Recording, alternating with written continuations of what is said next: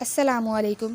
آج ہم جو ٹاپک کور کرنے جا رہے ہیں وہ ہے لوگ اب مجھے کتا کہتے ہیں، مظلوم کی بد دعائیں لیں، بیٹا مفلوج پیدا ہوا۔ یہ ہے عبقری اکتوبر میگزین کا پیج نمبر 29۔ میں ایک ملٹی نیشنل کمپنی میں 7 سال سے ملازمت کر رہا ہوں، شادی شدہ ہوں اور اللہ کے فضل سے 2 بچوں کا باپ ہوں۔ گھر میں اکیلا کمانے والا ہوں۔ والد صاحب 2 سال پہلے وفات پا گئے۔ زندگی میں تمام تر سہولتیں اور آرائشیں موجود تھیں۔ جو کماتا تھا اس کمائی کا بڑا حصہ اپنی والدہ کو دے دیتا تھا اور پھر آٹا دال کی فکر نہیں ہوتی تھی، نہ ہی ان کے ریٹ معلوم تھے۔ اس وقت میری تنخواہ بھی قلیل تھی لیکن برکت تھی، زندگی ہنسی خوشی بسر ہو رہی تھی۔ پھر کچھ حالات آئے اور آج تنخواہ بھی ظاہر زیادہ ہے لیکن گزارا نہیں ہوتا۔ والدہ فالج کی مریضہ ہو گئی ہیں اور وہ بازار سے گھر کا راشن بھی نہیں لا سکتی۔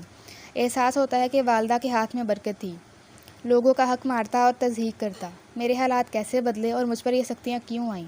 اس کی وجہ بھی میں خود ہوں۔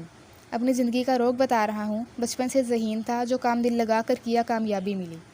غلط صحیح اور حلال و حرام کا فرق بھی معلوم تھا، پھر بھی بہت مرتبہ کبیرہ گناہ کیے، مثلاً چوری، جوا، گالی گلوچ، جھوٹ، نماز نہ پڑھنا، روزے نہ رکھنا، غیبت کرنا اور جو سب سے سر فہرست مسئلہ تھا وہ دوسروں کا حق کھانا۔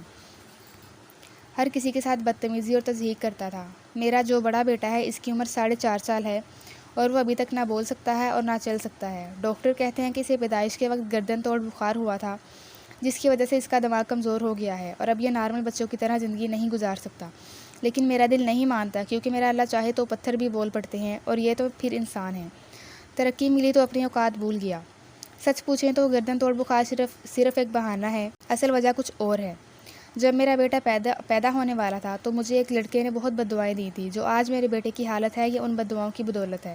ان دنوں آفس میں نیا مینیجر آیا، اس نے میرا ریکارڈ دیکھا اور میرے کام کو سراہتے ہوئے مجھے اسسٹنٹ سپروائزر بنا دیا، جس کے بعد میں اپنی اوقات بھول گیا۔ مجھے ترقی ملے ہوئے بھی تھوڑا ہی عرصہ ہوا تھا کہ دفتر میں ملازمت کے لیے ایک نیا لڑکا آیا۔ میں اسے بہت تنگ کرتا تھا، ہر وقت اس کی ٹانگیں کھینچا کرتا تھا، یعنی بات بات پر بیجا اس کے کاموں میں کیڑے نکالتا اور بری طرح ذلیل کرتا۔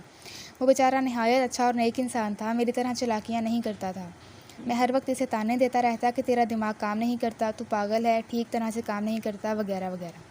بد دعاؤں کے تعاقب نے مجھے چیر کے رکھ دیا۔ میرے اس غلط رویے اور لہجے پر وہ صبر سے کام لیتا، مگر جب میں اپنی حرکتوں سے باز نہ آیا تو اس نے مجھ سے صرف اتنا کہا کہ کسی کی بد دعائیں نہیں لیتے، دعائیں لیتے ہیں۔ میری ہمت جواب دے چکی ہے۔ اب جب آپ مجھے تنگ کرتے ہیں تو میرے دل سے بے ساختہ بد دعائیں نکلتی ہیں۔ اس وقت میں سوچتا تھا کہ بد دعائیں صرف پیروں اور فقیروں کی لگتی ہیں۔ اسے بھی یہی کہتا تھا کہ تو کوئی ولی تو نہیں جو کہے گا اور ہو جائے گا، مگر میں غلط تھا۔ ولی بھی اللہ کی مخلوق ہے اور عام انسان بھی، وہ کریم ہے، سب کی سنتا ہے۔ میں آج سوچتا ہوں کاش اسے تنگ نہ کرتا، شاید میرا چاند جیسا بیٹا دوسرے بچوں کی طرح نارمل زندگی گزار رہا ہوتا۔ جبکہ میں اپنے بچے کے لیے بہت رویا ہوں، اس کے علاج کے لیے پیسہ بھی خرچ کیا ہے۔ جس نے جہاں اور جتنی دور کہا میں گیا۔ اب تو ہر دعا میں اللہ سے یہی مانگتا ہوں کہ یا اللہ، میرے مرنے کے بعد میرے بیٹے کو کسی کا محتاج نہ بنانا۔ جب تک میں زندہ ہوں میں اپنے بیٹے کی خدمت کروں گا، میرے بعد پتہ نہیں اس کا کیا حال ہوگا۔ اب ہر کوئی مجھے گالیاں دیتا اور ذلیل کرتا ہے۔ آخر میری وجہ سے تنگ آ کر وہ لڑکا ملازمت چھوڑ کر چلا گیا اور پھر میرے برے دن شروع ہو گئے۔ آفس میں سب کا رویہ میرے ساتھ بدل گیا۔ پہلے دفتر کے اسٹاف والے جو بہت عزت کرتے تھے، انہوں نے مذاق کا معمول بنا لیا اور گالیاں دینا شروع کر دی۔ جو لوگ میرے ساتھ کام کرتے تھے انہوں نے مجھے کتا کہہ کر پکارنا شروع کر دیا۔ صبح و شام ایسے گزرتے گئے۔ میں سوچتا رہتا تھا کہ اچانک میرے ساتھ یہ کیا ہونے لگا ہے۔ گھر میں بھی برا سلوک ہونے لگا، بیوی کے ساتھ لڑائی جھگڑے روز کا معمول بن گئے۔ ماں بھی مجھ سے اکثر ناراض رہتی، ماں کو مناتا ہوں تو بیوی ناراض ہو جاتی۔ روز کے لڑائی جھگڑوں اور پریشانیوں کے بارے میں سوچ کر ذہنی مریض بن گیا ہوں۔ اللہ سے دعا کرتا ہوں کہ مجھے معاف کر دے اور اس مصیبت سے نکال دے۔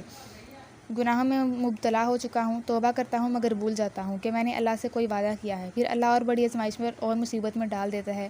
قرضے سر پر چڑھ گئے ہیں۔ بعض اوقات خودکشی کے خیالات دل میں آتے، پھر اپنے بچوں کا سوچتا ہوں تو ارادہ بدل لیتا۔ ہر دن ایک بڑا چیلنج بن کر آتا اور ایک نئی پریشانی دے کر چلا جاتا ہے۔